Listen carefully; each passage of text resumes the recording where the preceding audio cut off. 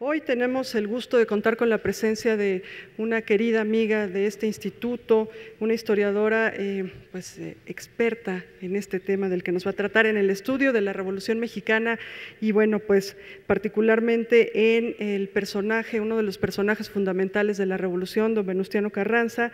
La sesión de hoy es la Junta Carrancista y la postura de Carranza ante la Convención. La maestra Josefina Moguel Flores ya ha estado con nosotros en otras ocasiones, pero se las presento. Ella es licenciada en Historia y también egresada de la maestría por la Facultad de Filosofía y Letras de la Universidad Nacional Autónoma de México. Desde 1981 tiene a su cargo la jefatura del archivo del Centro de Estudios de Historia de México, CARSO, de la Fundación Carlos Slim.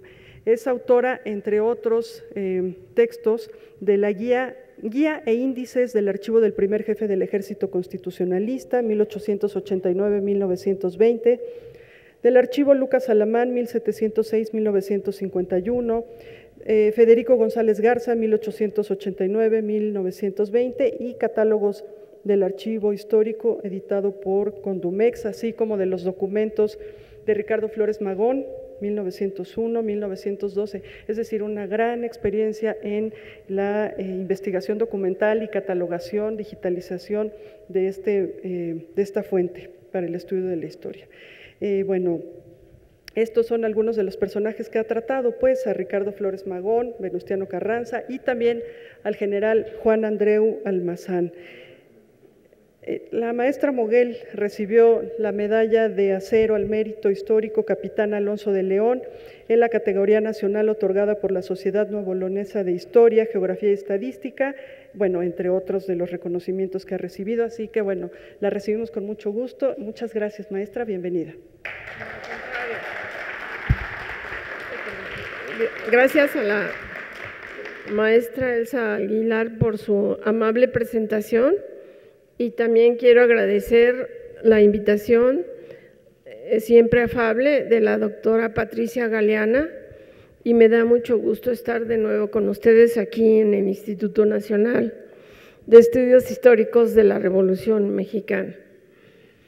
En esta ocasión se me ha invitado a hablar sobre la Junta Carrancista y la postura de Carranza ante la Convención.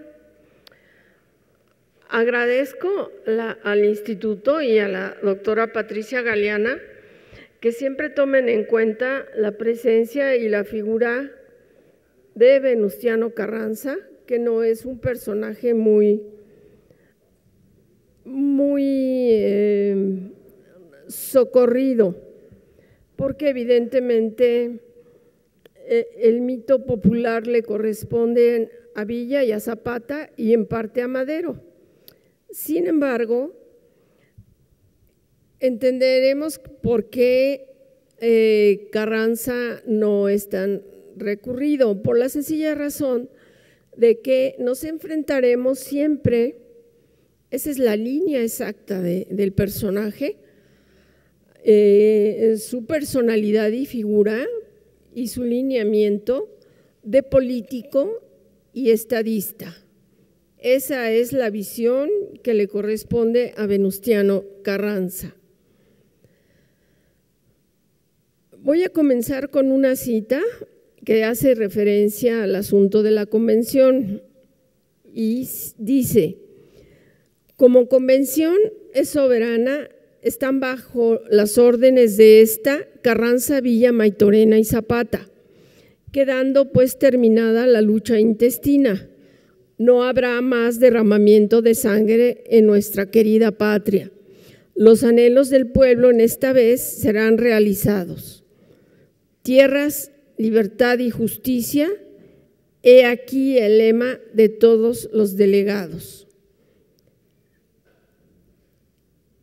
Eso fue lo que se decía, pero la realidad denotó que habría un antagonismo permanente entre Carranza, Zapata, Villa y Maytorena. Brevemente les haré, para que vean el contexto en el que se va a desenvolver el asunto, La Ciudad de México, después de los sucesos de la Decena Trágica, no padeció el fuego de las fuerzas revolucionarias que ardían en el resto del país.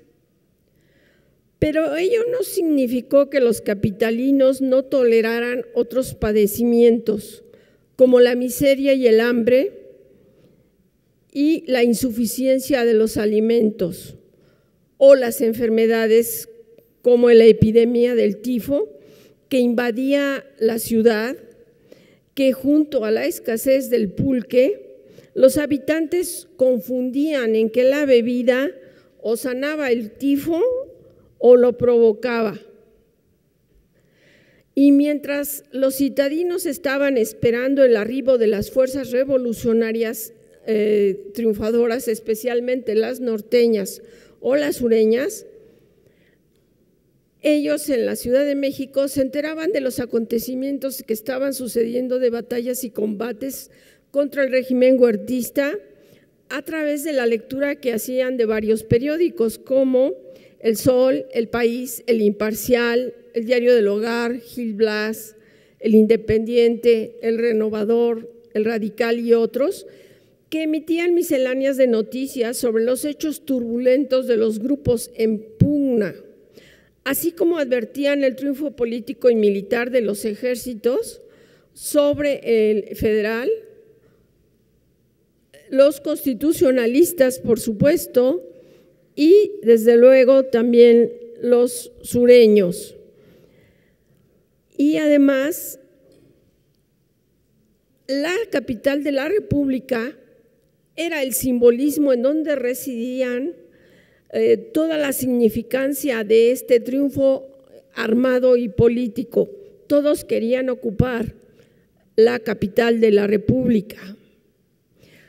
Además de ello, la ocupación de la capital de la República no solo significaba el triunfo de estos ejércitos, el que fuera y la conquistara, sino ellos pensaban que daría el comienzo a la pacificación del país, y esto a través de un gobierno que fuera estable y que fuera reconocido prontamente por los Estados Unidos, país que todavía tenía la invasión del puerto de Veracruz.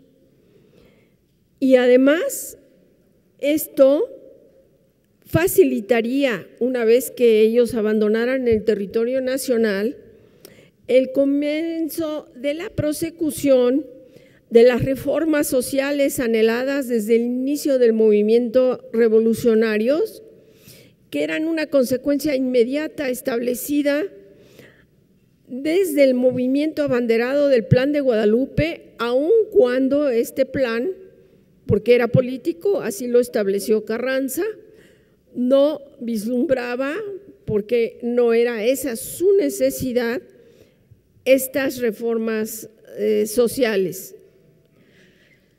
En la Ciudad de México aumentaron los volantes impresos que circulaban con carácter nacionalista, en donde se desplegaban las alas de las águilas que estaban sobre un nopal, y ustedes lo saben, con banderas, y denotaba sobre la parte superior de estos volantes, en la cabeza del águila, si la entrega de la capital era buena para que la recibieran los constitucionalistas. Y se pensaba si se entorpecerían algunos arreglos de paz con otras fuerzas revolucionarias. Y estas garantías eran indispensables. ¿Quiénes las sustentarían? Evidentemente, los constitucionalistas las otorgarían. Y esto sucedió a las instrucciones que diera Venustiano Carranza a Álvaro Obregón para que él, el 13 de agosto de 1914, lo acabamos de conmemorar, firmara los convenios de Teoloyucan precisamente para el desarme y rendición y licenciamiento de los federales y la entrega total de la Ciudad de México. En este sentido, la capital quedaría en manos de los constitucionalistas. Como ustedes saben, la entrega triunfal fue en manos del general Álvaro Obregón y se nombró un comité de recepción que recibiría a su vez a ni más ni menos al llamado primer jefe del Ejército Constitucionalista y presidente provisional encargado del Poder Ejecutivo de la Nación, según lo estipulaba el Plan de Guadalupe, Venustiano Carranza. Sin embargo, varios serían los sucesos que se llevarían a cabo para romper el equilibrio de poder que Carranza estaba intentando reivindicar en el movimiento constitucionalista. Evidentemente, los objetivos de pacificación que se han mencionado y las expresiones de sus ideales de reformas sociales que debían conformarse de acuerdo al discurso que él mismo había pronunciado en Hermosillo, Sonora, en el Salón de Cabildos, el 24 de septiembre de 1913, exponiendo ya el futuro cercano de la necesidad de la proclamación de una Constitución de la República. Los impedimentos para que Carranza pudiera llevar a cabo todo esto que había propuesto al inicio del movimiento constitucionalista, en su entrada triunfal a la Ciudad de México, es que los generales Francisco Villa, el gobernador de Sonora, José María Maytorena, y por ende Emiliano Zapata, también general, repudiarían y fragmentarían cualquier trato con este primer jefe, a pesar de que Carranza intentara con ellos desde el inicio una reconciliación de unión revolucionaria. La postura de Carranza, como he mencionado, respondía a su formación política y su visión de estadista. Se decía en el artículo 5 del Plan de Guadalupe que él, al ocupar el ejército constitucionalista la Ciudad de México, se procedería a llevar a cabo el gobierno del Poder Ejecutivo Venustiano Carranza, y una vez restablecida la paz fue que entonces él emitiría la necesidad de que se llevaran a efecto las elecciones para elegir un nuevo presidente. Pero esto no llegó a cumplimentarse y fue que se dieron al inicio, desde agosto de 14, varias insubordinaciones a la jefatura de Carranza. Sucede que de forma paralela a lo planeado por Carranza para tomar la Ciudad de México al triunfo del ejército constitucionalista, ya se estaban dando varias conductas de insubordinación, las llamaba él, por parte de especialmente el general Francisco Villa. Ciertamente el general Francisco Villa estaba adquiriendo mucho poder militar. Es indudable que muchos de los triunfos armados, especialmente Torreón y San Pedro de las Colonias en Coahuila, habían otorgado al ejército constitucionalista muchas de las batallas más extraordinarias para que se consolidara dicho triunfo y la extinción del ejército federal. Sin embargo, hay evidencia de que el general Villa estaba haciéndose de elementos, de armas ya era un ejército muy grande, muy popular, y además de eso, él tenía,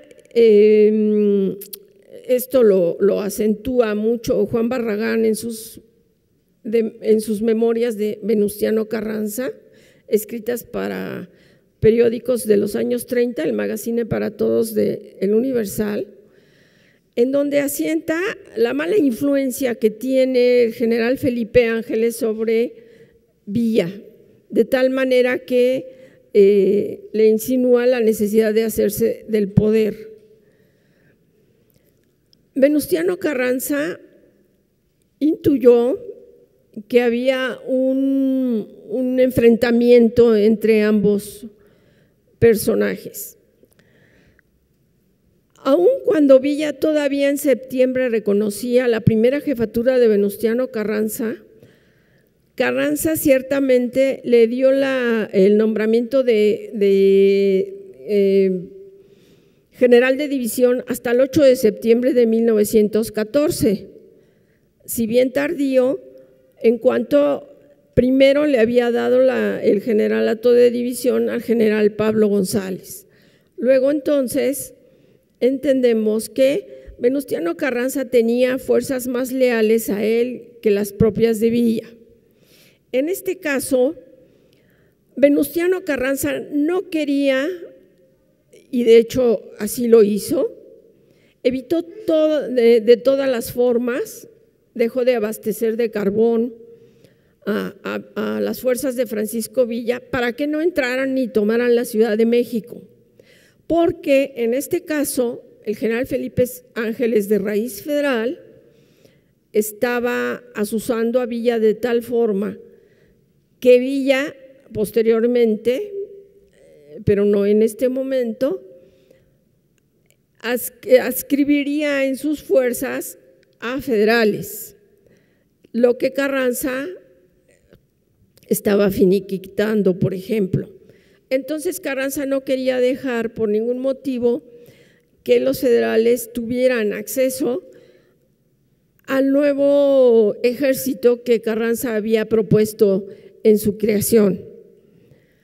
Entonces hizo todo lo posible por no dejar entrar a Francisco Villa. Francisco Villa, molesto, y Felipe Ángeles también, empezaron a hacer rumores contrarios a Carranza, en el sentido de que Venustiano Carranza tenía envidia a Villa porque tenía más fuerza y más poder que él. Pero independientemente de los rumores, el hecho es que para Carranza fue muy claro que además él llevaba la primera jefatura y era el jefe supremo de la revolución, la insubordinación de Villa. Y esto era una desazón para el ejército constitucionalista, porque se veía perfectamente que una gran parte de la zona norteña estaba en manos de poder de Villa. Y ya para el 16 de agosto, el 15 de agosto, Villa había expresado su negativa de reconocer la jefatura de Carranza. Maytorena, que estaba coludido con Villa, que era el gobernador de Sonora, ya hacia el 8 de agosto también había desconocido la primera jefatura de Carranza. Y tan es así que ya el día 16 ya había tomado Nogales y había estado peleando con las fuerzas, en este tiempo todavía, coronel Plutarco Elías Calles, quien siempre manifestó su apoyo a Venustiano Carranza. Entre Maytorena y Carranza ya había una raíz de mutua animadversión. Hay una correspondencia que nosotros tenemos en el Centro de Estudios, en el archivo de Sánchez Azcona, en una carta muy interesante en la que un Alberto Piña, amigo de Sánchez Azcona, le comenta que lamenta mucho Villa que Sánchez Azcona se haya adscrito a la jefatura de Carranza. Sin embargo, cuando Venustiano Carranza hace su visita a Sonora, recuerden ustedes que fue el estado que más lo apoyó, Venustiano Carranza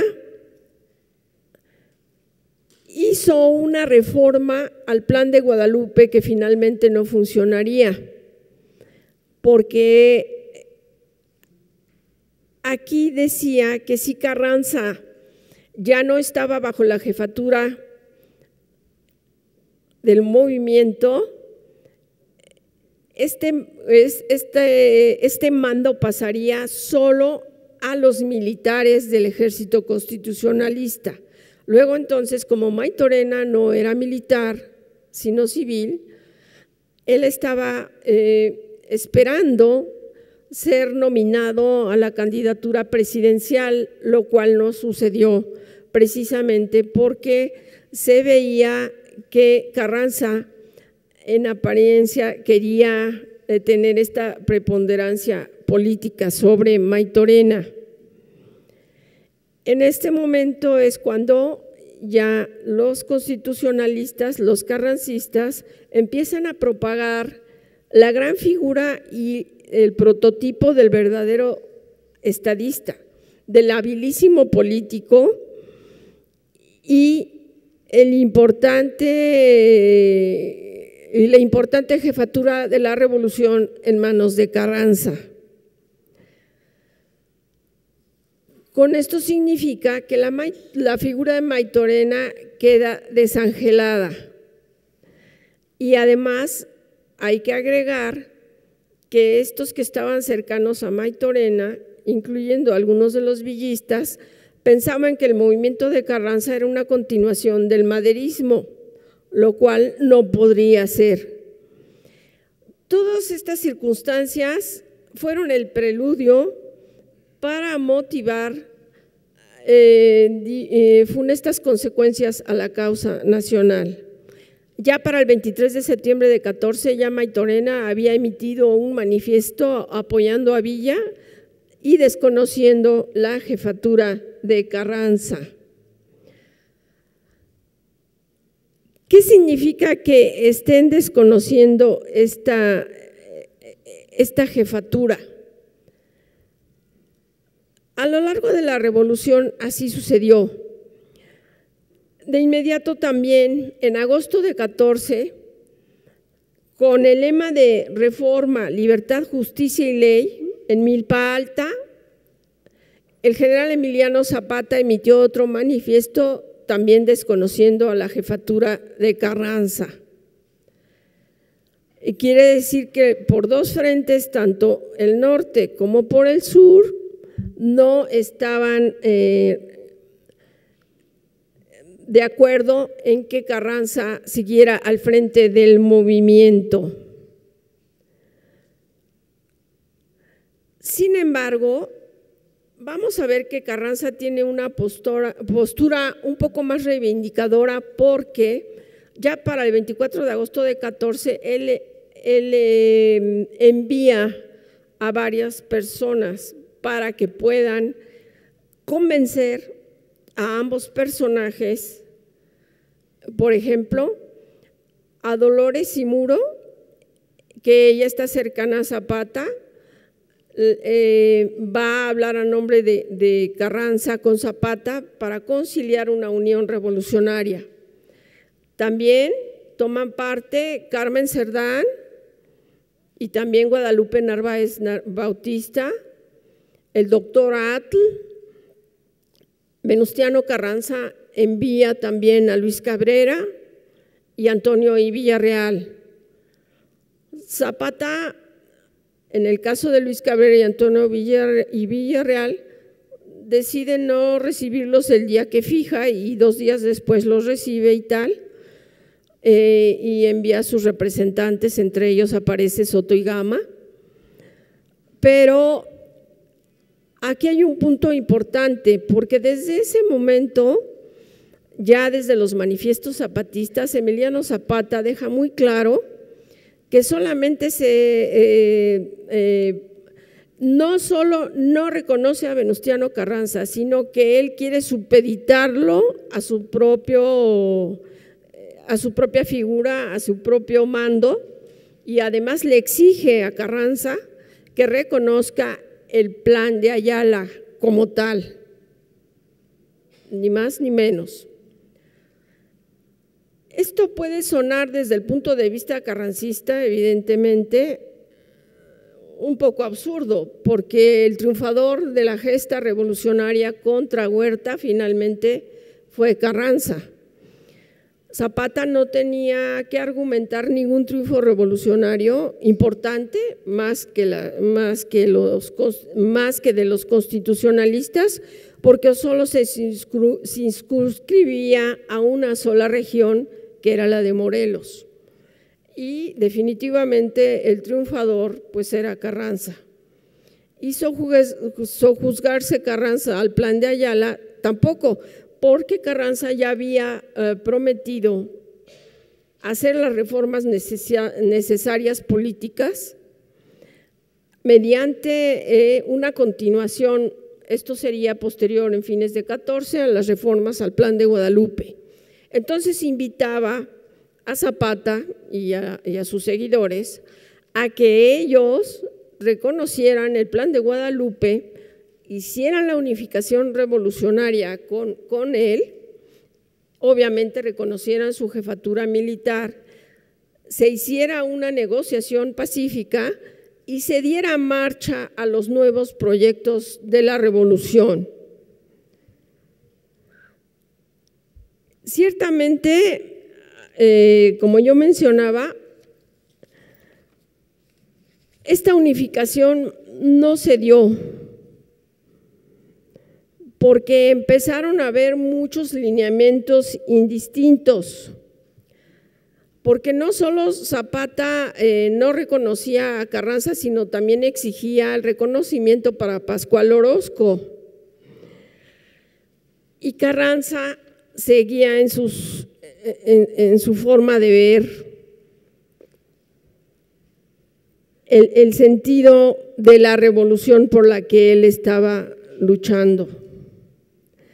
Al ver que sus esfuerzos del no reconocimiento a su jefatura, fue que entonces Carranza decidió invitar a una convención de jefes a la cual convocó el día 1 de octubre con el objetivo de la discusión de un programa de reformas que el país exigía desde el inicio de la revolución y que a él mismo le habían exigido al sostenimiento del Plan de Guadalupe, sus propias fuerzas leales y regulares. Entonces dictó de manera conciliadora una convocatoria en Palacio Nacional el 5 de septiembre de 1914 y lo hizo porque, insisto, su causa representaba la mayoría triunfadora de las fuerzas del país y seguía siendo él, pese a lo que se ha mencionado, el jefe supremo de la revolución. La convocatoria a esta convención militar la hizo Carranza, aun cuando se le critique, por la sencilla razón de que entró triunfalmente a la Ciudad de México, como yo dije, el corazón de la República, y formalmente lo hizo con su investidura de primer jefe del Ejército Constitucionalista y además presidente encargado del Poder Ejecutivo de la Nación. Esto es muy importante que lo tomen en cuenta porque con Carranza no hay más que eso. Él va a figurar en la historia de México con estos títulos. Tan es así que ahora que venga la Constitución Política de 1917 y sea el festejo nacional, sean tan amables de revisar la primera hoja del inicio de la Constitución de nuestra República y se darán cuenta que dice que es el primer jefe del Ejército Constitucionalista encargado Poder Ejecutivo de la Nación y 2 veces el que decreta el 5 de febrero de 17 la Constitución de la República. Por lo tanto, Carranza nunca va a abandonar esta jefatura, aunque sea reiterativa y repetitiva, pero tiene un significado y un simbolismo innegable histórico, porque es con ella, con esta gran significancia con la cual él puede plantear un proyecto de nación. En este sentido, él quiere que se haga una reforma al Plan de Guadalupe, va a otorgar nuevos nombramientos militares y otro gabinete en función de su objetivo para establecer la paz en el país y hacer marchar por fin el gobierno revolucionario. Así va a reforzar sus estrategias políticas y militares y va a desafiar con esta investidura a la que he hecho mención a la Junta de Militares Revolucionarios, que es el territorio de la capital del país. Entonces, se lleva a cabo una asamblea en la Ciudad de México este día, 1 de octubre, y va a ser en la Cámara de Diputados. Hay una presencia de mayoría de militares, como he dicho, porque son los triunfadores constitucionalistas. No se puede criticar que no sea una mayoría constitucionalista, puesto que ellos son los triunfadores. Carranza se cuidó mucho de no dejar tampoco entrar a los zapatistas como triunfadores con el Ejército Federal. Por lo tanto, el triunfo innegable es hacia el constitucionalismo.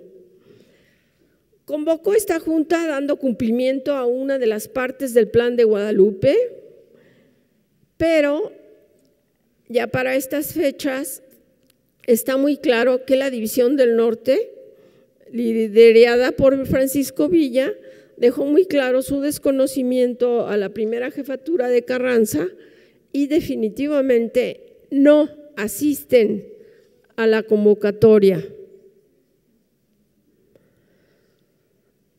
Manda un manifiesto Villa el 27 de septiembre de 14 días antes de esta convención, pero es muy curioso porque lo llaman primer jefe del Ejército Constitucionalista y encargado del Poder Ejecutivo de la Nación. Así le dirigen el manifiesto y de todas formas lo desconocen. Es como contradictorio porque por un lado lo reconocen al enviarle el manifiesto y por otro lado le dicen pues ya no es usted el primer jefe. Y lo más extraño en este manifiesto no es que lo desconozcan, sino porque pretenden que él entregue este supremo mando para ellos, incorruptible liberal Fernando Iglesias Calderón, que antes no figuraba, ahora sí. Y Carranza pues inmediatamente va a contestar. ¿Qué sucede en esto? Vamos a encontrar una serie de correspondencia intercambiada. Es así como nos vamos a dar cuenta de lo que está sucediendo en las asambleas y porque entre uno y otros protagonistas, Villa, Carranza, Obregón, Villarreal, Obregón, Maytorena, están desconociendo la jefatura de Carranza y Carranza reiterando su propia jefatura.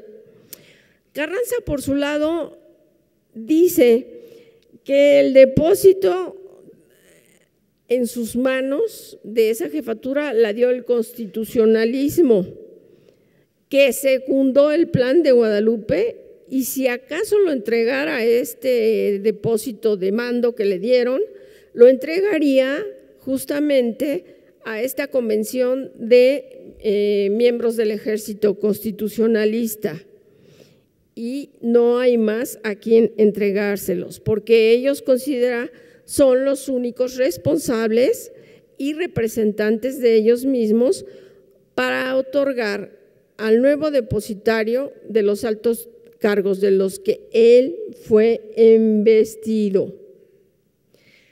Él dice que este desconocimiento al que se le hace a su jefatura es por la desobediencia e insubordinación de Francisco Villa. Y que de todas formas, aun cuando él sea desconocido, vean por qué es importante para Carranza los títulos, él no ha renunciado y sigue siendo, y así permanece, y en su correspondencia así lo firma, gobernador del estado de Coahuila, primer jefe del ejército constitucionalista y encargado del Poder Ejecutivo de la Nación. Estos 3 títulos son reiterativos en su correspondencia, y aunque lo repita yo varias veces, no pueden soslayarse. Esta junta carrancista daría principio, como había yo dicho, en el edificio de la Cámara de Diputados. Ahí Carranza daría lectura a su informe sobre el desarrollo que él ejerció sobre la Revolución Constitucionalista, ajustando que a él el ejército le había confiado el mando. Podemos hacer un paréntesis, porque anteriormente yo había dado algunas pláticas sobre el sentido de la lealtad que tenían las Fuerzas Armadas a Carranza.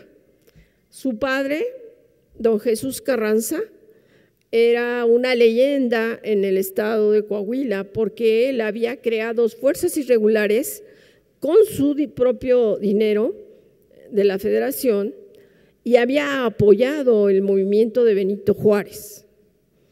De tal forma que Carranza había nacido, había vivido este gran compromiso patriota y nacionalista de su padre hacia el gobierno de Juárez durante la intervención francesa.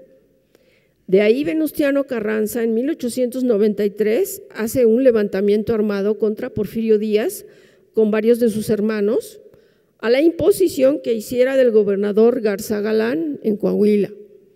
Carranza va a ver a Porfirio Díaz y se entrevista con él y le hace ver que el levantamiento no es contra Porfirio Díaz, sino contra la protesta de la imposición que se hace de un gobierno que no debía ser. Entonces Carranza, antes de ser gobernador de Coahuila, él ya tenía una identidad para la formación. Él ya sabía que para tener una fuerza política importante debía tener el sostén respaldado por una fuerza militar, pero no una fuerza militar porque tenían un compromiso X, sino una lealtad hacia él, hacia su persona por la investidura que él representaba. Y en este caso, él como gobernador del estado de Coahuila hace que sus fuerzas irregulares lo apoyen en el levantamiento armado el 19 de febrero de 1913 contra Victoriano Huerta. Ya lo sabemos, él promueve que el Congreso de Coahuila, el 22 de la legislatura, apoye su sugerencia de que se haga un levantamiento armado en protesta por el quebranto ilegal de Victoriano Huerta.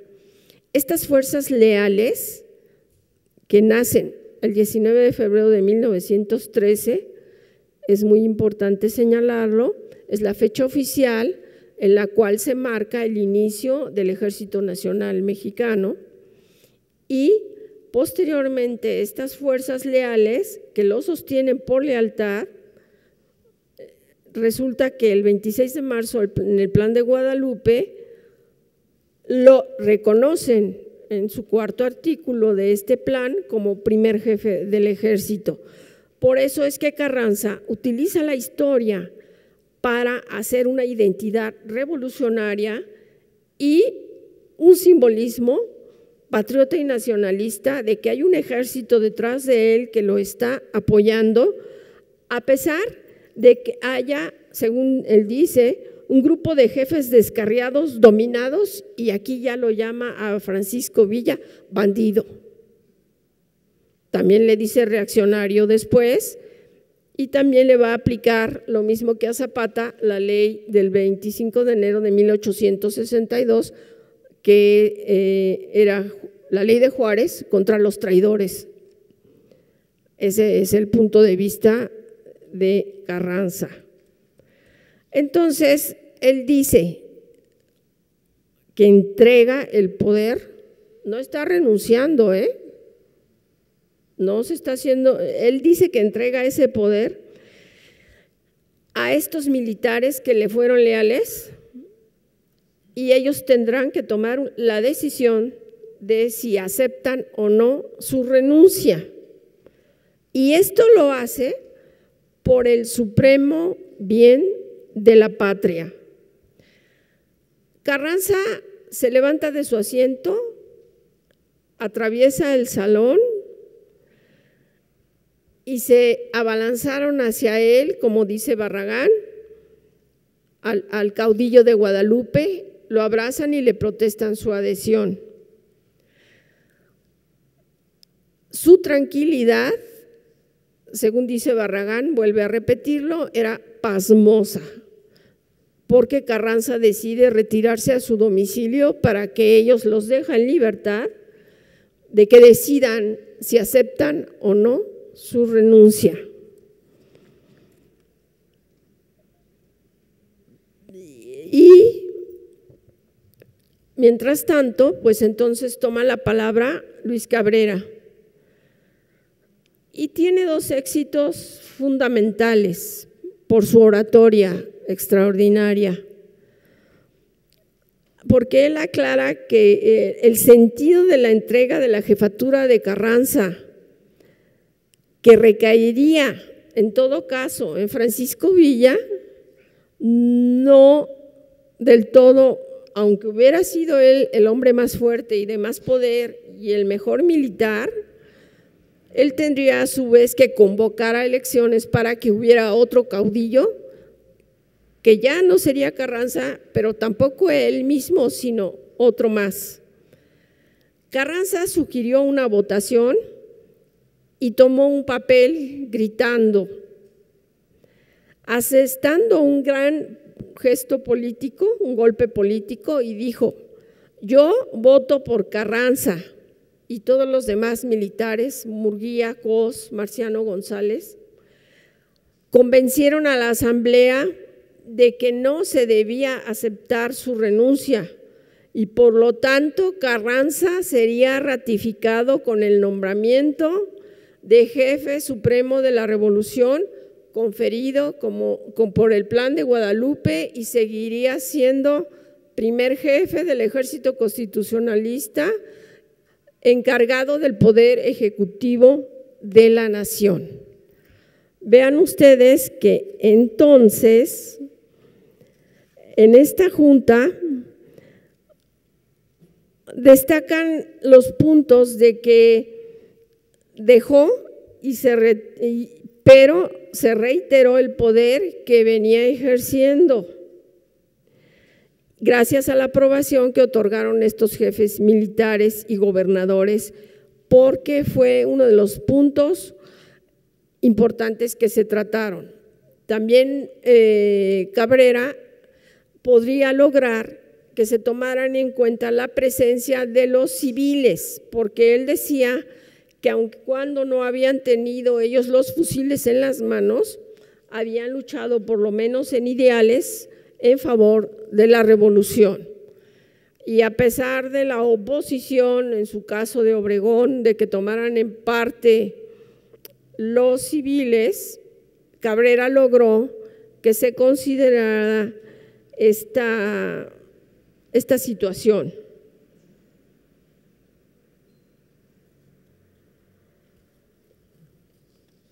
Ahora,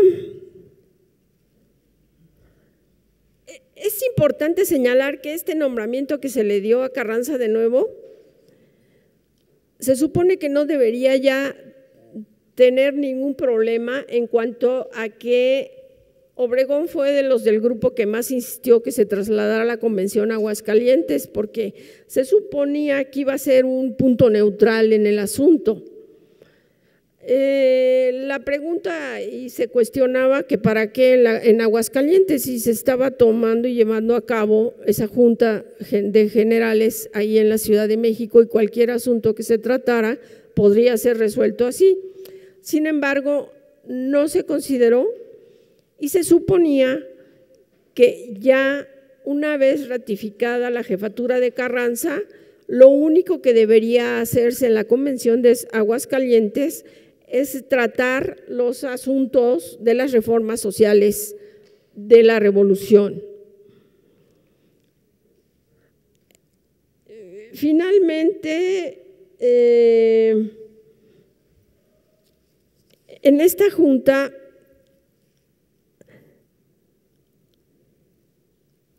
se consideró que la actitud de Cabrera fue patriótica y definitivamente logró que los civiles tomaran parte en las discusiones de la Convención de Aguascalientes. Entonces tenemos que el primer tren de delegados a la convención de los militares y gobernadores constitucionalistas saldría hasta el día 6 de octubre.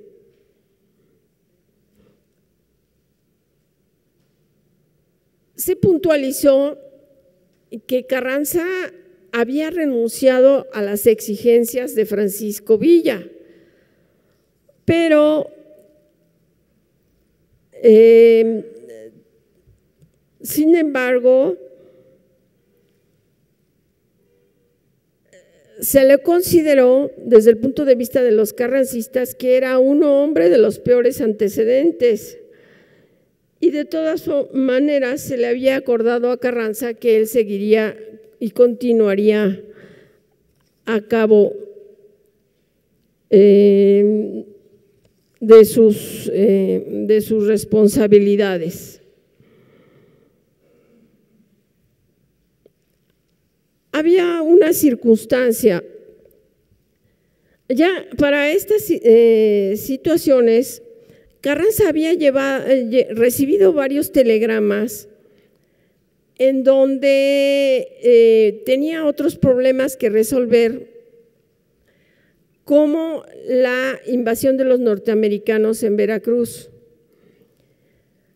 En este sentido, estaban inmiscuidos los asuntos de esta intervención y había una correspondencia que le enviaba Rafael Zubarán Campani a Venustiano Carranza desde Washington, inquiriéndole sobre miscelánea de periódicos, en donde le preguntaban a Carranza si él iba a resolver este asunto. Era muy importante para los Estados Unidos tomar en consideración lo que estaba sucediendo en estas convenciones, porque de ahí ellos determinarían la desocupación de Veracruz y, además de ello, el futuro reconocimiento al nuevo gobierno emanado de esta circunstancia. Entonces,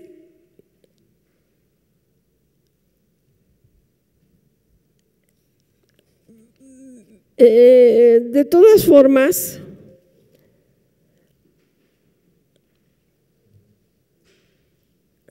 la convención militar se fue a Aguascalientes. Ahí se escribieron, se supone que era un punto neutral, pero la realidad demostró que no fue tan neutral, porque tanto Villa como Zapata, aun cuando Zapata no participaría, no iría a la convención personalmente, mandaría representantes, entre ellos destacarían dos que serían Soto y Gama y Paulino Martínez.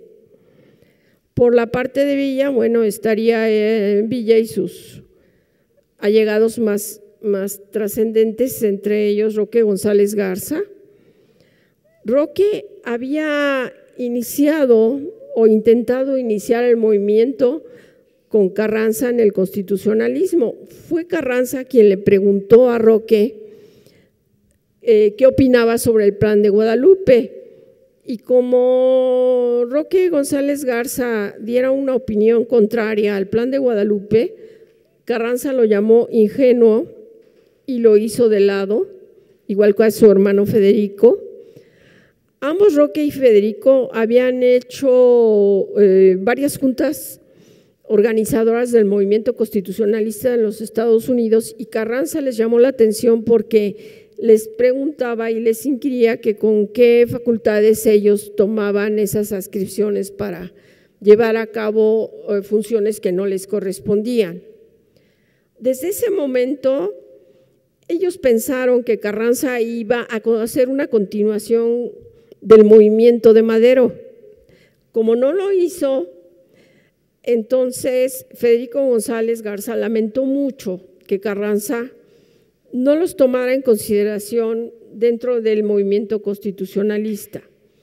En el archivo de González Garza hay una correspondencia drástica en cuanto a que González Garza pide ayuda a todos los cercanos de Carranza para que le permita a Carranza incorporarse al movimiento constitucionalista, y Carranza no los acepta. De ahí entonces Roque y Federico, se dice que es Federico el que escribe muchos de estos manifiestos anticarrancistas, son bien recibidos en el ámbito del general Francisco Villa. De hecho, en la convención, Villa va a nombrar a Roque como su representante. Pero queda muy claro que en la Convención de Aguascalientes, la presencia de Villa, los representantes de Zapata hacen una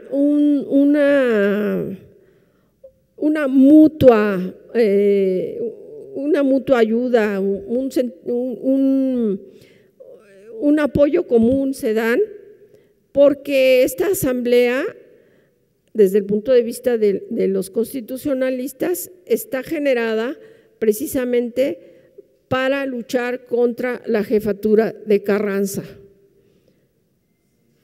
Entonces, Carranza no quiere que le condicionen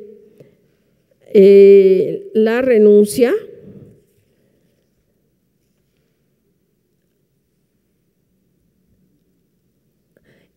y los convencionistas invitan a Carranza para que haga acto de presencia en la convención.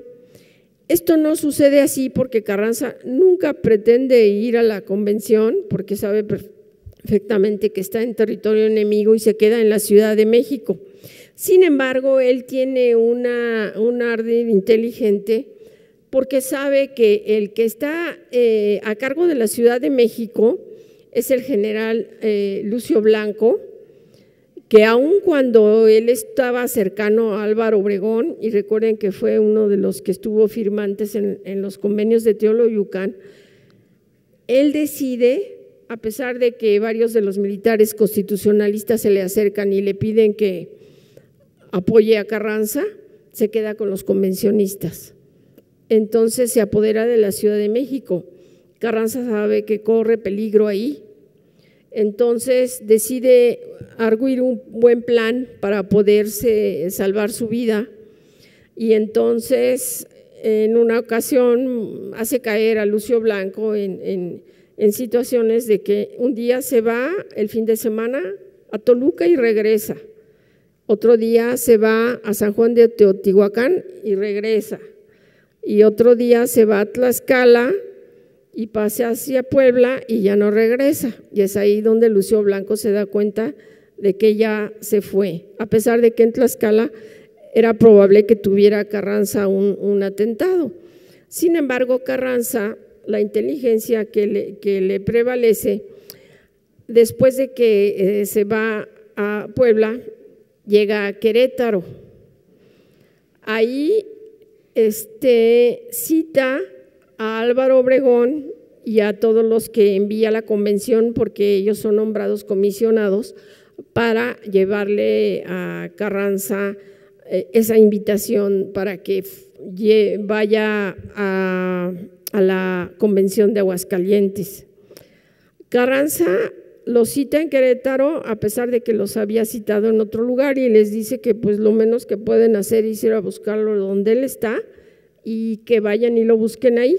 Entonces Obregón le envía correspondencia a Carranza, todo es telegráfico, son en telegramas, y le dice que no merece ser tratados así porque ellos quieren verlo y entregarle en plena mano esa invitación. Y entonces le escribe Carranza a Obregón y a Antonio y Villarreal, que es uno de los enviados también, y les dice que ellos son amigos correligionarios y todo eso, y grandes militares adscritos al constitucionalismo, pero que él de manera oficial no puede aceptar que lo traten como lo están tratando, que él tiene una dignidad personal y que él dio todo lo que tiene para este movimiento revolucionario y que de ninguna manera una asamblea puede desconocer su jefatura porque él está reconocido como primer jefe por un plan que es el Plan de Guadalupe y sobre todo que ellos no tienen ni ostentan ningún cargo político más importante que él. Si bien se llama la Convención Soberana, no está de acuerdo porque se supone que la soberanía reside en el pueblo y aun cuando parte del pueblo participó, ellos no solo son un grupo de asambleístas. Carranza evidentemente no reconoce a la convención, sobre todo si está partiendo de algo que él sugirió de asamblea. Esta asamblea es una consecuencia de lo que Carranza planteó a través de la solución pacífica que quería para el país. Estando ahí en Querétaro, también se entrevista con el general Pablo González, que estaba ahí. ¿Quién es esta figura? Es un personaje extraordinario porque es el primero que se levanta en armas. El 9 de febrero de 1913, todavía siendo presidente Madero, y lo llegan a acusar de haberse levantado contra el gobierno establecido. Sin embargo, él es el primero que se levanta contra el gobierno también de Victoriano Huerta. Carranza le da la orden de acercarse, estaba en Chihuahua, es de las fuerzas irregulares de Carranza, y después lo va a subir decía yo, a general de división en junio de 14. Si bien no hizo una campaña trascendente en 13, podría decirse, porque perdió muchas batallas y de eso era acusado, ya en 14 es uno de los grandes triunfadores del constitucionalismo. De hecho, hubo un altercado entre él y Obregón, porque Carranza el 26 de julio de 14 nombra a Obregón para que él reciba el honor de recibir la Ciudad de México en los convenios de Teoloyucan. El Estado Mayor del general Pablo González protesta porque no le dan el nombramiento a Pablo González para entrar a la Ciudad de México en marcha triunfal.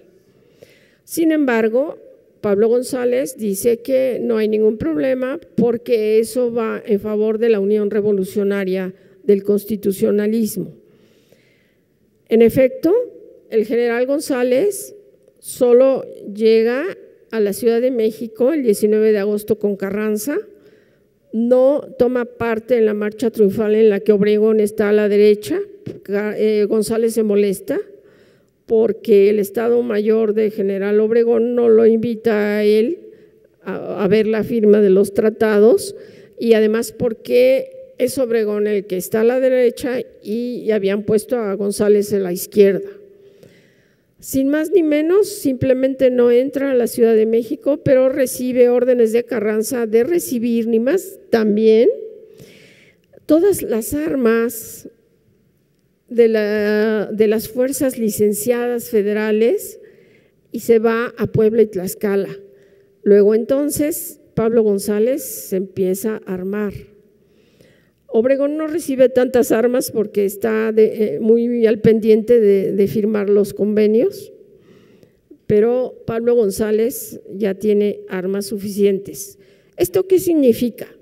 Que podemos ver en su correspondencia que Carranza ya sabía que Villa lo estaba traicionando y Pablo González recorre varios estados de la República, desde el centro hasta el norte y hacia el sur, y recuerden que él es el principal nombrado por Carranza para perseguir a los zapatistas, en que él acopia el mayor número de armas. En esta situación, Pablo González emite varios manifiestos y evidentemente desconoce a Villa, porque empiezan estos manifiestos de todos los generales constitucionalistas desconociendo a Villa y apoyando la jefatura de Carranza, reconociendo a Carranza como primer jefe. Y entre ellos los más leales van a ser Manuel Diegues. De hecho, Manuel Diegues, que está en Guadalajara después, provoca que Obregón, que estaba titubeante, finalmente reconozca a Carranza, porque Diegues y Calles, Plutarco Elías Calles, están a favor de Carranza y Obregón se da cuenta que no puede moverse a otro sitio y decide apoyar a Carranza. Manuel Diegues estaba adscrito a las órdenes de Álvaro Obregón, porque además Obregón, en esta circunstancia de la disidencia de los ejércitos constitucionalistas, él perdió las fuerzas de Lucio Blanco. Entonces Obregón como que queda desquebrajado. En cambio, Pablo González tiene más fuerzas. En un intento más, Venustiano Carranza, para evitar el rompimiento con Villa, lo hago notar para que pueda comprenderse que Venustiano Carranza siempre estuvo en la postura de conciliador con Villa y Zapata. Lo intentó de mil maneras y varias veces y con diferentes personajes y representantes para evitar un nuevo derramamiento de sangre de la República. Y envió una carta muy importante a Rafael Subarancamani en Washington y le dijo, y esto hace constar en mi opinión, que no era la primera vez que Carranza estaba interesado en delegar su mando. Él le dice a Subarancamani que para él es bueno entregar el mando al general Pablo González. No lo hace porque finalmente Carranza sigue en las mismas apoyando su jefatura. No sé el tiempo. Sí, bueno, voy a llegar a las conclusiones para que se comprenda el porqué de todo lo que sucedió en este asunto de la Junta Carrancista. Venustiano Carranza, el primer jefe del ejército constitucionalista y encargado del poder ejecutivo de la nación, al triunfo de la revolución y movimiento constitucionalista sobre Huerta, consideró que podría proseguir la pacificación del país, así como llevar a cabo la realización de los ideales revolucionarios traducido en reformas sociales, económicas y políticas que el propio ejército constituyó en la hacienda de Guadalupe el 26 de marzo de 1913, que pretendían incluir en el Plan de Guadalupe dictado por el gobernador de Coahuila, Venustiano Carranza.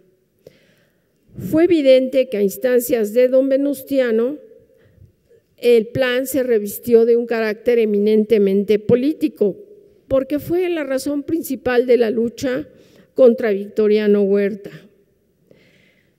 El propio primer jefe pese que se ha criticado este plan, instó la necesidad de promover las reformas sociales y transformaciones que necesitaba el país. Sin embargo, no pudo ser inmediato al triunfo revolucionario, porque su propia fuerza armada se segmentó en lucha de poder. Más aún, parte de ella desconoció su jefatura y su gobierno, y eso provocó la escisión constitucionalista. Aunado a lo anterior, a esta ruptura que se dio con el Ejército Federal y de los componentes que la integraron, como las fuerzas irregulares, cabe mencionar que estas fuerzas irregulares, antes que Villa y del propio Zapata, fueron quienes lo desconocieron en su jefatura porque no habían sido tomadas en cuenta en la firma de los convenios de Teoloyucan. Esto fue el 25 de agosto de 14, a 5 días de la entrada triunfal de Carranza a la Ciudad de México. El manifiesto fue firmado en Tehuacán, Puebla, por los generales irregulares revolucionarios Benjamín Argumedo y Juan Andreu Almazán. También otros federales emitieron manifiestos y su animadversión carrancista, como Rafael Leguía Liz, que había sido anteriormente cercano a Carranza. De las propias filas del ejército constitucionalista, Villa se insubordinó a las órdenes dictadas por Carranza, provocando una guerra intestina de intercambio documental entre ambos personajes. Otros escritos llevaría a Zapata, que denotaron que era la guerra de todos contra todos y la desunión revolucionaria. Se descalificaron los liderazgos de los caudillos, sus actitudes, sus ideales y sus conductas, hasta sus propuestas de planes y remedios y proyectos. Sin embargo, volvería a emerger de nuevo la figura política de Carranza, quien haría otra vez uso de sus títulos, como siempre los había de utilizar para delimitar el camino que debía ser trazado para el país. Por eso es que convocó a esa junta que hemos mencionado. Finalmente, en esta junta de la Convención de Aguascalientes, en la que estarían representados la mayoría de los militares, a un Zapata que solo había enviado partidarios,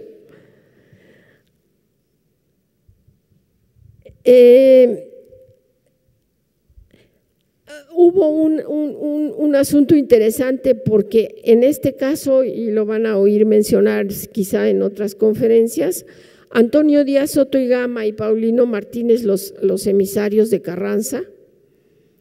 El primero había estrujado e increpado la bandera nacional en su oratoria y se acusó por su forma de proceder de los zapatistas de insolencia y engreimiento, porque pretendieron vanagloriar su movimiento, que era una sola lucha regional en Morelos, como si fuera esto un logro para la nación. Se criticó que la junta a la que llamó Carranza fuera llamada convención, porque esto significa que es una asamblea o congreso nacional que se encarga para modificar la constitución existente o formular una nueva reformando la vigente, y ese no era el caso.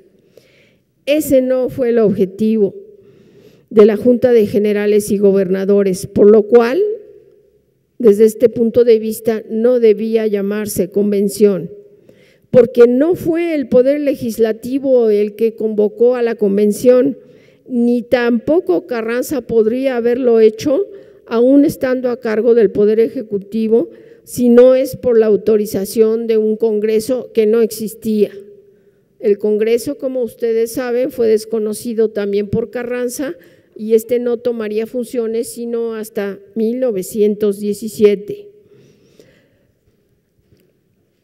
Carranza solo citó a una junta de militares y gobernadores, toda vez que las convenciones debían componerse de diputados electos por el pueblo, pero si no existe este poder legislativo por razones de la guerra civil revolucionaria,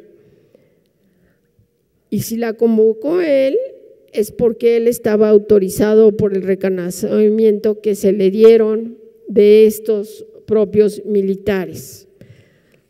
Finalmente, Carranza tuvo razón en cierto aspecto, porque el traslado de la convención de la ciudad de Aguascalientes fracasó.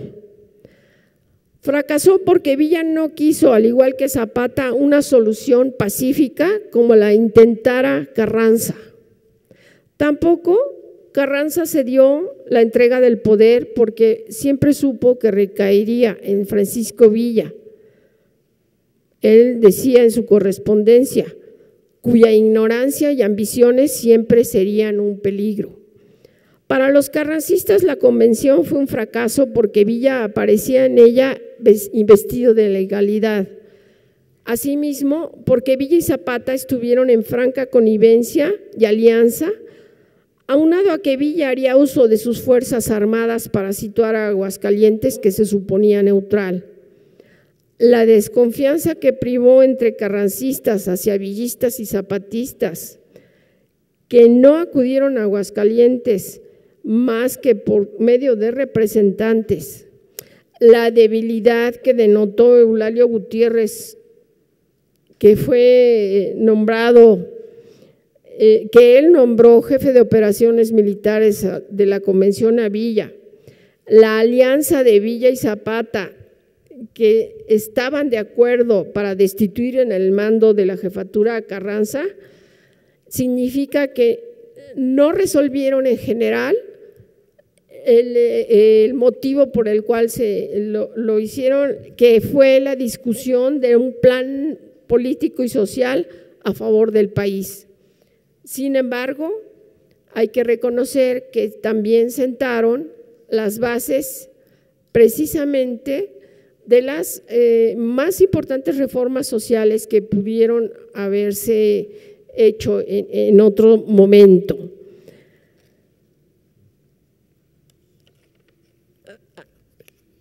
Lo que significó la Convención de Aguascalientes no solo fueron las cuestiones de las reformas políticas y sociales en sí mismas, sino la importancia que reviste para nuestra historia la lucha de poderes de los caudillos, que a pesar de haber triunfado contra el régimen de Victoriano Huerta, no pudieron ponerse de acuerdo para llevar a cabo la realización de todo lo que ellos pretendían.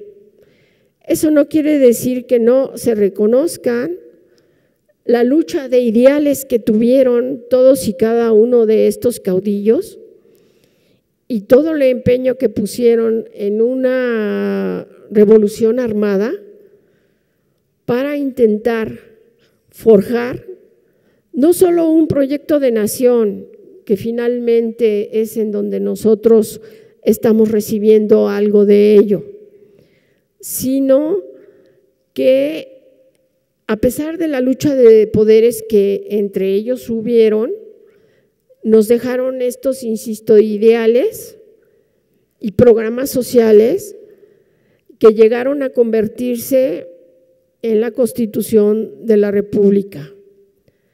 La primera jefatura de Venustiano Carranza fue importantísima y vital para forjar a este país, a este Estado y a esta nación. No se olvide que a pesar de esta división del ejército constitucionalista que él formó y creó, es el que ahora está conmemorando justamente